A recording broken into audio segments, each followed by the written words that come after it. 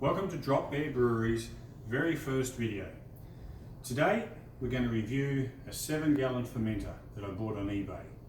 $142.21 delivered to the door, 304 stainless steel 7-gallon fermenter. I kind of figured what could go wrong at that price. Cheapest I've found.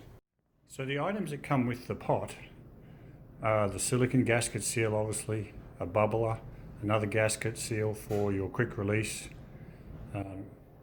a ball valve, a male thread to hose barb fitting,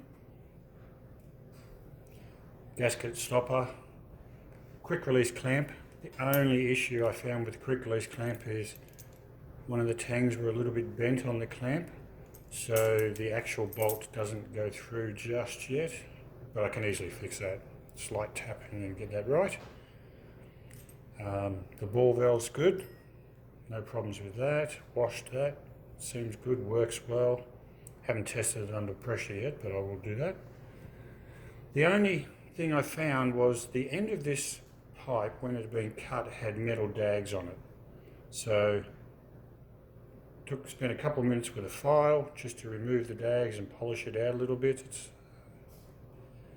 Because you obviously don't want filings in your beer. Boiled all the components, and then of course getting ready to sterilize. So the beauty of it is, let's have a look at it. As you can see, stainless steel, polished surface, the workmanship seems pretty good. Clamps are nice and strong, so that looks good. They're loose of course because the gasket's sitting down there. But 1 millimeter thick stainless steel. I mean, that's not bad value for money. There's a quick release clamp adapter on the top, so if you didn't want to use the rubber stopper with your bubbler, which I'm going to, you could put your own attachment on there. So that's great. Let's have a look inside. So the workmanship's pretty good. There's a few little spots of weld in there that could be better, but I feel it'll be okay. Conical bottom, so the trub sits down below, sits in the smaller surface area, so your beer sits on a smallest possible surface area for your trub. The beauty of it is too, your outfit can be adjusted accordingly, so you can make sure when you're drawing your beer you're not pulling trub, which would be nice. Okay, so the legs are on a bit of an angle, which looks a bit awkward as you can see, but I've kind of thought that's because you can stack them. So that would allow you to stack a couple of these, which is great if you're a bit tight on space. So on the subject of the legs, okay, as you can see they're open and they've got no bung on them or no protector, so you want to be careful what you put them on, hence why I'm putting them on the placemat so as not to scratch the tabletop. Got to keep my wife happy.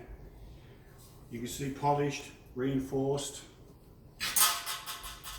very good handles, nice welds, sturdy, solid, again reinforced, so I doubt you're going to do any damage to the pot lifting and moving the pot when it's full. So I haven't tested it yet. I'm going to give it a good clean, obviously, which you should always do before you use it, but I'm going to give it a good clean, going to fill it up with boiling water, seal it up, and then just put a little bit of pressure in there to make sure there's no leaks anywhere, make sure it's all good.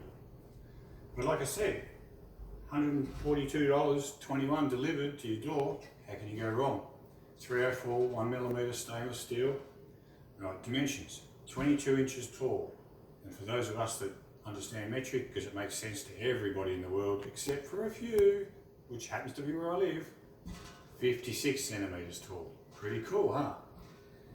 13.38 inches diameter. Now, there's a fun measurement for you. But for those that want to understand the good language, metric, 34 centimeters diameter. Not bad, huh? All right. So, hope you enjoyed our first video. Talk to us, subscribe, leave some notes, comments, like the video, stay tuned. We're going to show you a video series on how to start your own brewery. As we go through our processes, we'll let you know what to do and what not to do, because I'm sure I'm going to find out the hard way. But all the best. Cheers.